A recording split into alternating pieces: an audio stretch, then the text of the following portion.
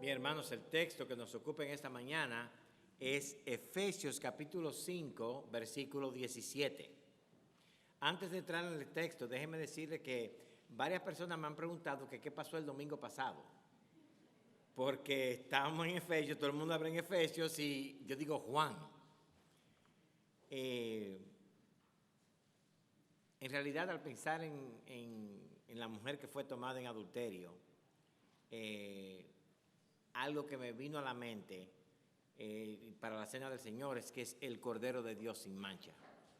Y la ley es quien determina quién es pecador con mancha o sin mancha. Y me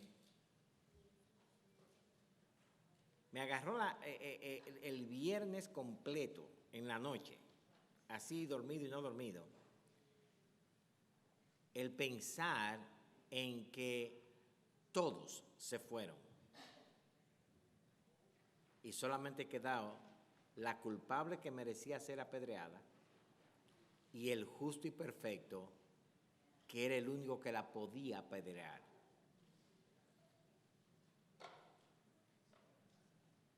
Y eso pues me dijo, óyeme, esto es una prueba más bíblica, claro está, de la descripción del Cordero de Dios que quita el pecado del mundo. El perfecto que tiene el derecho de apedrear. La pregunta no fue por qué no la apedrearon a ella. La pregunta debería ser por qué Jesús no los apedreó a todos. Y eso me impactó y dije, bueno, para la cena del Señor creo que nos va a servir. Así que eso fue lo que pasó. No se preocupen, no recibí un rayo el sábado en la noche y me llegó una visión, una cosa de esa. Pero hoy seguimos. Hoy seguimos en el libro de Efesios. Y el texto que nos ocupa, como dijimos, es Efesios capítulo 5, versículo 17. Y el texto dice, por tanto, no seáis insensatos, sino entendidos en cuál sea la voluntad del Señor. Claro, si nosotros pues pensamos en este texto solo, pues no tiene sentido, pero ya hemos venido predicando en el libro de Efesios y tenemos el contexto del texto. Desde el capítulo 4 vimos que él está haciendo un contraste entre la vida del mundo, la vida del impío, la vida del pecado, con la vida cristiana, la vida digna del Evangelio, la vida santa. Y él siempre nos presenta ese contraste desde el 4 a través del 5 y termina aquí el contraste.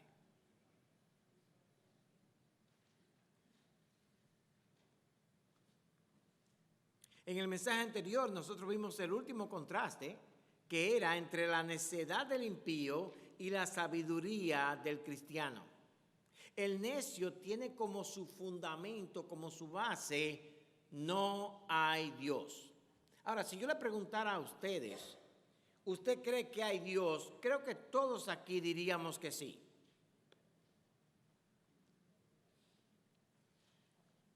Todos diríamos, claro, yo creo en Dios.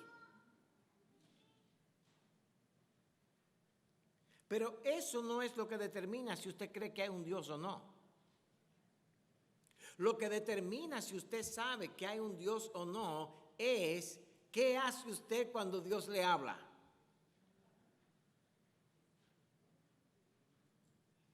Yo sé que a ustedes nunca les pasó eso, pero a veces mi madre, cuando estaba un poquito, empezaba a entibiarse un poco, porque llamaba a 2 o 3 de nosotros, éramos 2 hermanos. Y a veces entonces ella empezaba, David, Josué, Abel, y todo el mundo respondía, menos el que ella quería. Es contigo que estoy hablando. Pero ella decía algo que ustedes quizás no han oído nunca, porque ustedes tuvieron padres perfectos, y es lo siguiente. Ustedes no tienen ojos, ni ven, ni entienden. ¿Por qué decía eso ella? Porque no prestábamos atención, porque no le escuchábamos. En otras palabras, porque nosotros actuábamos como si ella no estuviera ahí. No hay que decir no hay Dios para vivir como si no hubiese Dios. El necio tiene como base no hay Dios. Yo no le voy a hacer caso a lo que él dice. Yo sigo ahí mirando lo que yo quiero. Esa es la necedad. El centro de la necedad es quitar a Dios de nuestras vidas, Ahora, el sabio es aquel que comienza como su fundamento temiendo a Dios. Él dice, Dios está presente. Y si yo sigo como voy, Él va a traer consecuencias a mi vida. Dios me dice cómo debo vivir yo. Y desde el 18 en adelante, hermanos, hasta el final, vamos a ver cómo debemos vivir en la iglesia, en el matrimonio, en la crianza de los hijos,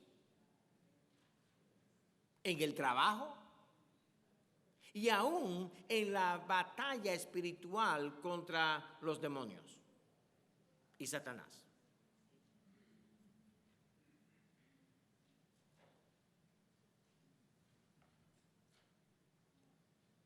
Entonces el sabio hace la voluntad de Dios, escucha a Dios, teme a Dios, hace su voluntad.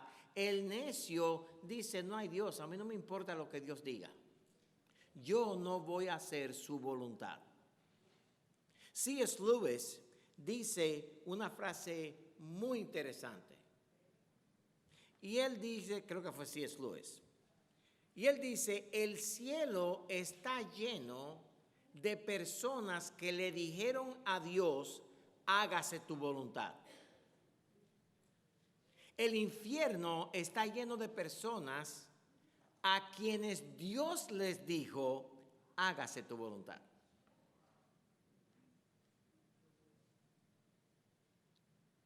Tú quieres hacer tu voluntad, Dios dice, hágase tu voluntad.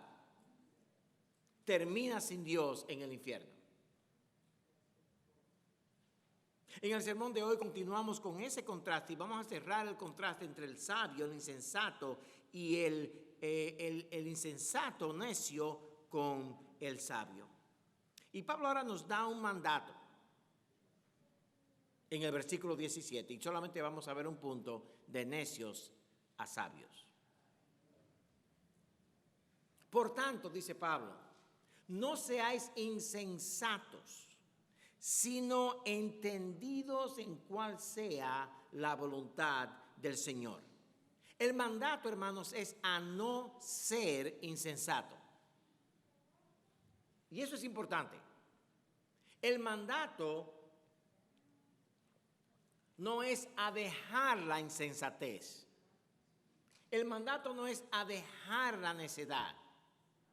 El mandato es a no ser necio, a no ser insensato.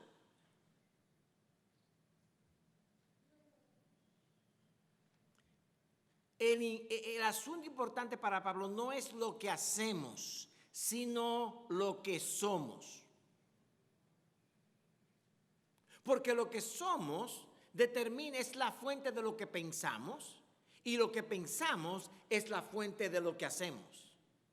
Entonces, el mandato de Pablo no es simplemente, oye, déjate de ser necio, deja la necedad. No, es deja de ser necio. Tú eres necio y ahora necesitas ser otra persona.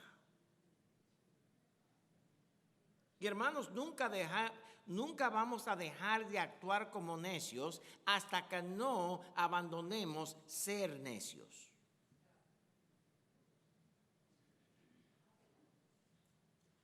Y antes de entrar a este proceso del paso de necio a sabios, yo quiero ver la marca del sabio brevemente en el texto. El sabio, dice el texto, es entendido en cuál sea la voluntad del Señor. Y ya vimos parte de eso en un par de sermones anteriores.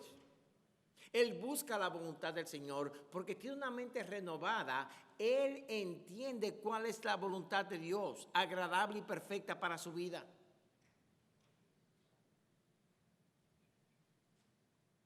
Pero lo que Pablo quiere que entendamos es que el sabio no solamente tiene una mente renovada que entiende la voluntad de Dios, sino que el sabio busca con su mente cristiana saber la voluntad de Dios para su vida.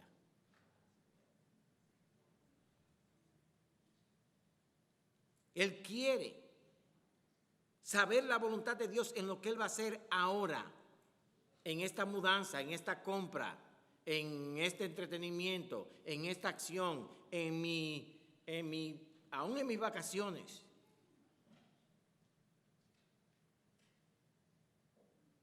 El necio es entendido en la manera que el mundo hace las cosas. El sabio es entendido en la voluntad de Dios para su vida. El apóstol Pedro cierra su segunda carta en 2 de Pedro 3:18. Y él, para cerrar la carta, le manda a los hermanos a hacer lo siguiente. 2 de Pedro 3:18. Antes bien, creced en la gracia y el conocimiento de nuestro Señor y Salvador Jesucristo. A Él sea gloria ahora y hasta el día de la eternidad. Amén. Note que hasta el día que nosotros entremos a la eternidad, nosotros debemos crecer consistentemente en el conocimiento del Señor. Eso implica que vamos a conocerle a Él más de una manera consistente por medio de su palabra, pero también vamos a conocer su voluntad en ese mismo proceso. Y simplemente esa es la manera en que un necio se hace sabio. Mientras más palabra, mientras más conocimiento del Señor, mientras más entendimiento de su voluntad, mientras más obediencia a su voluntad, más crecimiento tiene. Y esa es la vida del sabio. Una vida muy aburrida, ¿verdad que sí? Óyeme, a buscar la voluntad de Dios cada vez que voy a hacer algo. No como el mundo, que uno no sabe lo que va a pasar mañana y cualquier cosa que te presente, tú te aprovechas. Esos son dos estilos de vida, hermanos, totalmente diferentes. Uno lleva a la eternidad, otro lleva a la eterna perdición.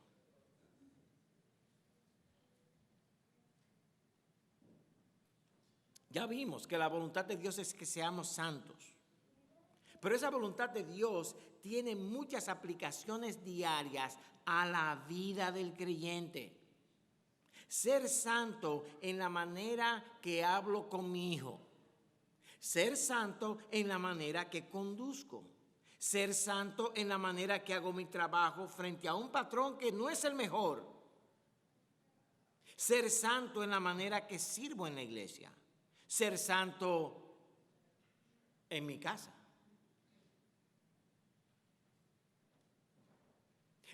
Y yo quiero que entiendan la diferencia. Porque yo le puedo decir a ustedes, sean santos. Oh, claro, seremos santos.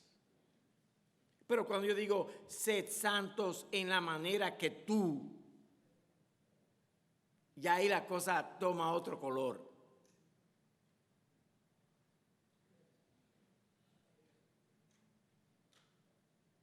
Y para ser santos, en cada una de esas cosas debemos entender la voluntad de Dios. Deben ponerse de esta manera, hermanos. El asunto no es ser santo. ¿Cómo? Pero usted dijo que el mandamiento es ser santos. No. El asunto no es ser santos. El asunto práctico es ser santo en. Ser santo en esta reunión que voy a tener ahorita con el hermano. Yo voy a ser santo en esta manera cuando tenga que hablar con Teresa, o si usted tiene su esposa o su esposo. Yo voy a ser santo en la manera que le voy a presentar el problema. Yo voy a ser santo en la manera que yo voy a lidiar con la adversidad que Dios me ha dado. Es fácil ser santos mientras la santidad no es aplicada. Seamos santos, santos. Yo quiero ser santo, pero espérate que tú tienes un conflicto con fulano. Espérate que ya es otra historia. No. Ser santos significa ser santos en cada una de las áreas de la vida. Y esa es la vida del sabio. Esa es la vida del sabio. Lo que protege del pecado, y eso lo mencionamos anteriormente, hermanos, es una mente cambiada a la luz de la palabra de Dios y un deseo santo por las cosas de Dios y seguido de las acciones prácticas para la gloria de Dios. Eso es lo que protege del pecado. Vamos a ver si en la otra iglesia nos dan café intravenoso. O sea, algunos hermanos aquí ya están hoy listos. Entonces, un café ahí que entre la vena para verlo despierto. No sé qué estaban haciendo anoche, pero algunos de ustedes están en babia.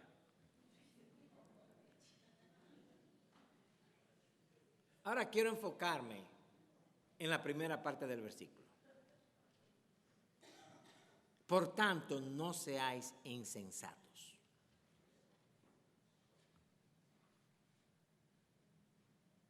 El mandato es muy apropiado, claro está. La palabra insensato en el original es una palabra que significa sin la frente, el frente del cerebro. Antes, cuando una persona estaba loca, le daban choques eléctricos y llega un momento en que se hacía una lobotomía. Le quitaban la parte del frente del cerebro y esa persona quedaba como un vegetal hasta que se moría. La palabra insensato, parece que Pablo sabía anatomía de esa gente, porque la palabra insensato, eso es lo que significa, sin el frente del cerebro.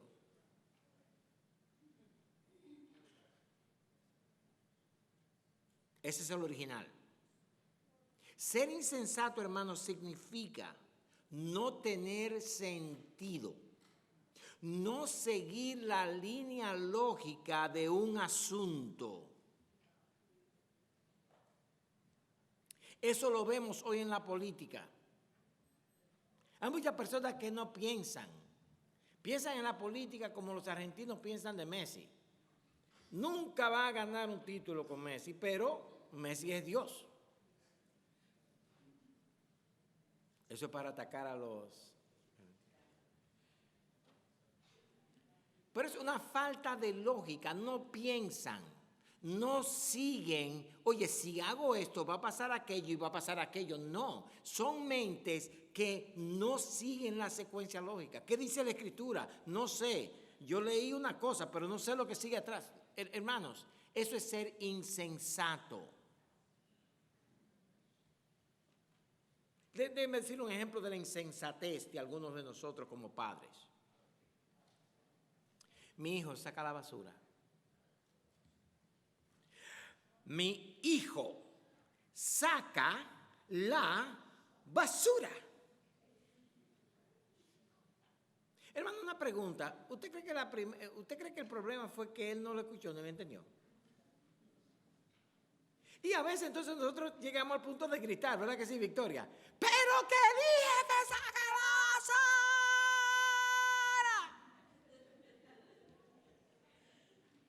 Y nosotros creemos que eso va a cambiar al hijo. Hermanos, el problema del hijo nada tiene que ver con sordera. Es igual que los americanos turistas. I want an orange juice. Y el dominicano allá en el resort se queda viéndolo, como que no entendí nada. Entonces ellos dicen orange juice. Como si decirlo más despacio y más alto va a hacer que la persona entienda. Así somos muchos de nosotros. Insensatos. No vemos el efecto y la causa. No vemos la causa y el efecto. No relacionamos 2 más 2. Somos haraganes pensando. Lo último que queremos hacer es tomar un libro y leer. Porque para usted leer con entendimiento, tiene que seguir la lógica del que escribió el libro.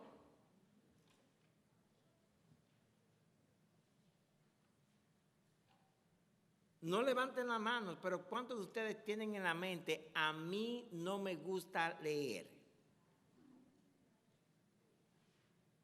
Le voy a decir la palabra en griego, afreno. No tienen cabeza. Pero es que no me gusta leer, se me hace pesado leer. Hermano, si usted quiere aprender a seguir un pensamiento, si quiere aprender a pensar, si quiere dejar de ser insensato, empiece a leer libros buenos. La Biblia manda que dejemos de ser insensatos. Que dejemos de ser hombres, personas, mujeres sin lógica, que no piensan. En la política eso se ve todos los días.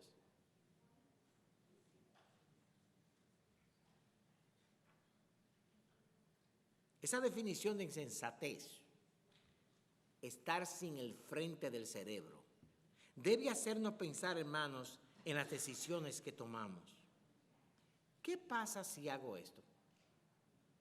¿De qué manera va a afectar a mi hijo o mi hija esta decisión? ¿De qué manera va a afectar a la iglesia mi decisión?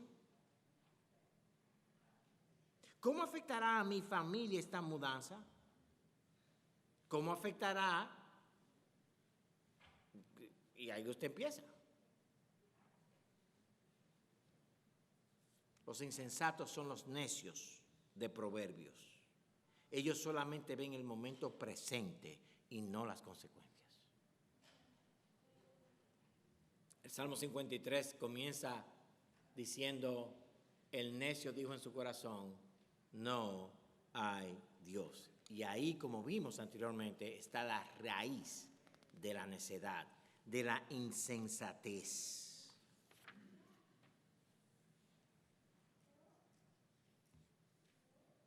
Levanten la mano, hermanos, si alguna vez a ustedes, ya sea como padre o en el trabajo o como amigo,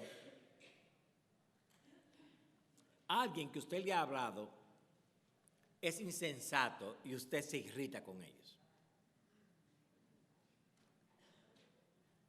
Los que no levantan la mano se ríen. Eso es levantar las 2 manos.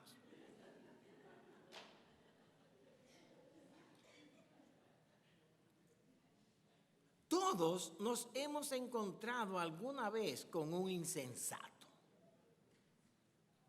Y óigame, qué difícil es lidiar con ellos. Qué duro es. Un hombre tan inteligente como yo, teniéndome que rebajar a discutir con alguien que es un necio. Amados hermanos, la Biblia enseña que todos éramos insensatos de nacimiento.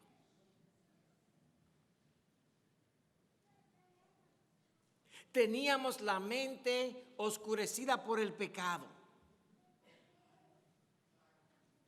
Déjame leer lo que Pablo nos dice, la descripción de Pablo a quien tú y yo éramos antes de venir a Cristo. Romanos capítulo 1, versículos 21 al 23 dice, pues habiendo conocido a Dios, no le glorificaron como a Dios, ni le dieron gracias, sino que se envanecieron en sus razonamientos y su necio corazón fue entenebrecido. Profesando ser sabios, se hicieron necios y cambiaron la gloria de Dios incorruptible en semejanza de imagen de hombre corruptible, de aves, de cuadrúpedos y de reptiles. Eso éramos tú y yo. Pero, pastor, yo nunca adoré a una iguana. Recuérdate lo que dice el texto. Ellos cambiaron la gloria de Dios por la gloria de un hombre, de un animal, de un pedazo de madera, de una música, de un juego. Cambiaron la gloria. Y todos nacimos insensatos. Nuestra mente estaba oscurecida por el pecado.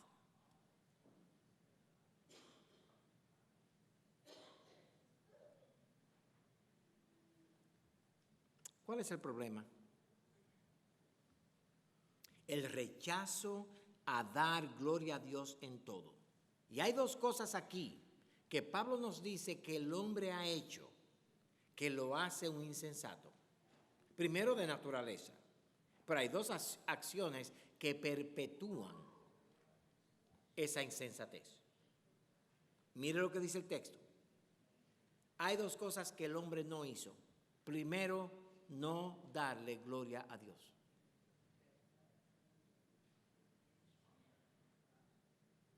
Y segundo, no darle gracias a Dios. Y las dos cosas van juntas. Esos son los dos pecados centrales del hombre. Ahí está la expresión más alta del rechazo a Dios de parte nuestra. Ahí está el fruto del engaño de Satanás en el Edén. La mentira de Satanás fue simplemente esta: seréis como Dios. Y si son dioses, lo que tienen es de ustedes. Lo que hacen y piensan es lo que les parezca. Por tanto, ni tú le das gloria a Dios, ni Dios te da gloria a ti, porque somos iguales. Y esa es la mentira de Satanás. Y tristemente, aún en este lugar hoy, muchos que han oído la palabra por años se resisten a adorar a Dios, a reconocer que lo que tienen viene de Él y que solo su evangelio puede salvarles. Aún escuchándolo por años. Es que todavía no estoy listo. Es que todavía no sé.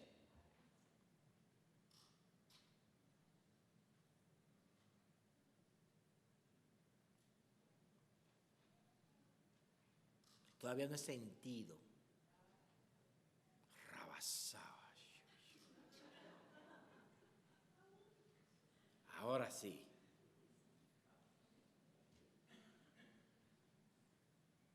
Mira, Dios te manda a creer. Y lo que tú tienes que hacer es obedecer a Dios. Cree.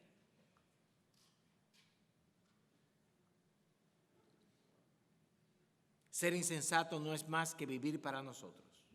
Muchos deciden que no van a ser egoístas y van a compartir todo lo que tienen sirviendo a la humanidad. De hecho, ahora se ha puesto de moda entre los billonarios dar billones para actos caritativos. Ahora, si usted nota, cada uno de ellos da los billones a una fundación caritativa de ellos. Entonces, esa fundación caritativa es libre de impuestos y en vez de pagar 500, 700 millones de dólares en impuestos, no pagan nada porque lo han dado a la caridad. Bill Gates pone, qué sé yo, 10 billones en una cuenta y en ese año él da 100 millones de dólares. 100 millones para 10 billones es como una gota de agua. Pero ¿cuánto se salva él en impuestos? ¿Cuántos de ustedes, gracias a Dios que nos bajaron los impuestos y pagamos menos, pero todavía Jeff Bezos y Amazon no pagaron un centavo de impuesto, al contrario, le devolvieron 127 millones en refund. ¿Y cuánto que se ganaron de beneficios? 12 billones de dólares. No millones, billones. Pero son caritativos porque hacen su fundación.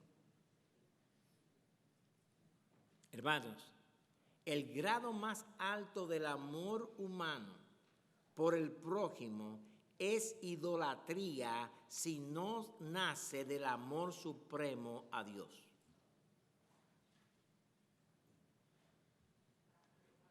Por eso Pablo dice en 1 Corintios 13 que hemos oído, si yo tuviera amor, si yo diere todo a los pobres y no tuviera amor. ¿Amor por quién? Por Dios. Si el amor mío no nace de Dios, es un amor egoísta e idólatra.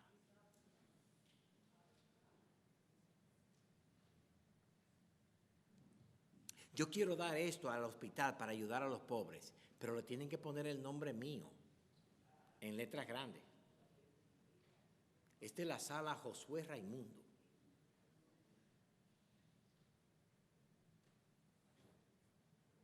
La insensatez, hermanos, entonces tiene su origen en el mismo diablo. La insensatez es diabólica, porque la insensatez nace del engaño diabólico, tú eres Dios. Y ese fue el engaño de Satanás, seréis como Dios.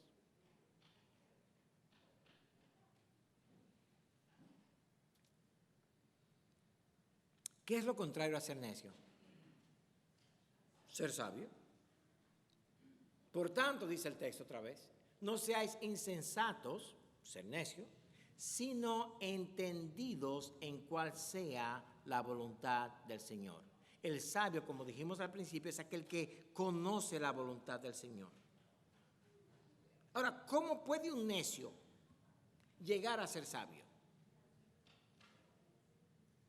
Lo primero que tenemos que entender, hermano, es que el necio es necio por nacimiento. Por naturaleza, mejor dicho. Todos nacimos necios. Si tú no confías en Cristo, tú eres un necio.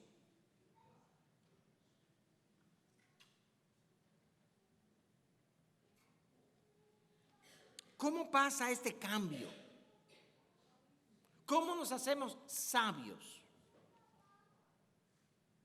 Pablo explicándole a los colosenses la misma cosa que Pablo nos está escribiendo en Efesios acerca del contraste, de andar digno como es, de andar una vida digno del Evangelio, de andar una vida en el Señor, de andar santamente, de ser hombres y mujeres que anden según la palabra de Dios. Él dice en Colosenses capítulo 1, versículos 12 al 14, lo siguiente. Ustedes tienen que andar dignos de Dios, tienen que andar dignos del Evangelio, y dice, con gozo, dando gracias al Padre que nos hizo aptos para participar de la herencia de los santos en luz, el cual nos ha librado de la potestad de las tinieblas y trasladado al reino de su amado Hijo, en quien tenemos redención por su sangre, el perdón de pecados. ¿Cómo pasas tú de necio a sabio? Tú nunca vas a pasar de necio a sabio a menos que Dios, por medio de Cristo, te saque del reino de las tinieblas y te lleve y te traslade al reino de su amado Hijo. ¿Y cómo Dios hace eso? Dios hace eso por medio de la locura de la predicación. Tú tienes que estar expuesto a la palabra de Dios, y Dios es aquel que despierta tu corazón para ser trasladado del reino de las tinieblas al reino de su luz.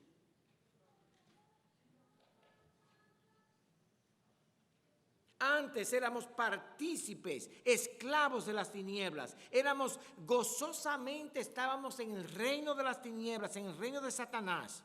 Y el texto dice que fuimos librados.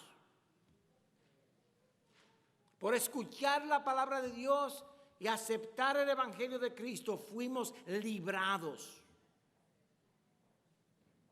Dios nos sacó de esa vida.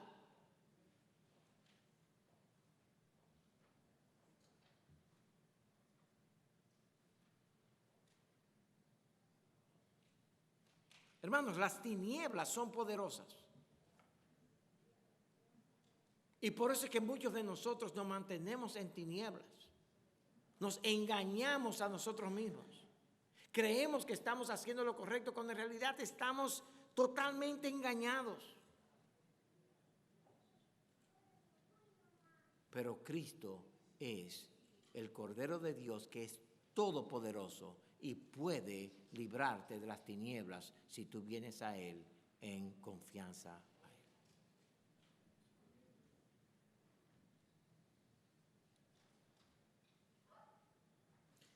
El Hijo de Dios, Jesucristo, tiene su reino de luz admirable y nos rescata por su gracia del reino de la necedad y la oscuridad. Nos traslada, nos muda a su reino. Y ese traslado tiene dos componentes y con esto cierro. El versículo 14 de Colosenses 1 dice, en quien tenemos redención por su sangre, el perdón de los pecados. Y esos dos pasos, aunque van juntos, son dos diferentes. Dios nos redime. La redención no es más que librar a un esclavo, sacar a alguien de algo por pago. Los israelitas fueron redimidos de la esclavitud de Egipto. Yo sé que ustedes nunca han tenido que hacer eso, pero quizás en los países de ustedes, como el mío, hay lo que se llama una compraventa. ¿Tienen que compraventa? En compraventa usted tiene algo, necesita un dinero, entonces usted va a la compraventa y dice, mira, este anillo de oro vale $1,000, pero yo necesito 500. Tú me das 500 y en 3 meses yo te lo pago. Si en 3 meses no te lo puedo pagar, entonces el anillo tú lo puedes vender. Entonces, ¿qué hace el hombre cuando hace su negocio, consigue los $500? Él va a redimir su anillo. Él paga los $500 y recibe su anillo. Hermanos, lo primero que pasa con nosotros es que Dios nos redime por un pago. Y el pago es la sangre de Cristo. Mira el texto, en quien tenemos redención por su sangre. Mira lo que Dios hizo por ti. Tú eres un necio, absolutamente necio. Tú eres un estúpido, absolutamente estúpido. Ay, perdón, es una palabra que yo no puedo decir. No puedo decir la palabra estúpido porque si digo estúpido, entonces los niños van a repetir estúpido, entonces no es bueno que yo diga estúpido. Así que no voy a decir estúpido. Pero tú eres estúpido, tú eres necio. Tú tienes una mente entenebrecida si no estás en la fe.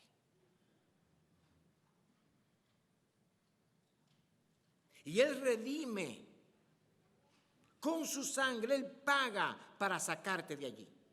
Pero lo segundo que Él hace es que por su misma sangre, por su mismo sacrificio, Él te perdona de tus pecados. Y hemos oído muchas veces eso, el perdón de los pecados. Pero aquí hay un pecado que yo quiero señalar. Él perdona todos los pecados, su pago es perfecto y completo, pero uno de los pecados que perdona es tu necedad.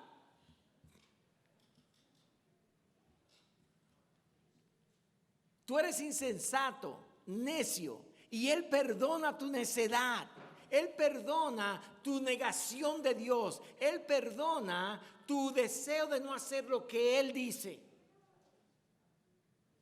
Aún de ese pecado, Él te perdona.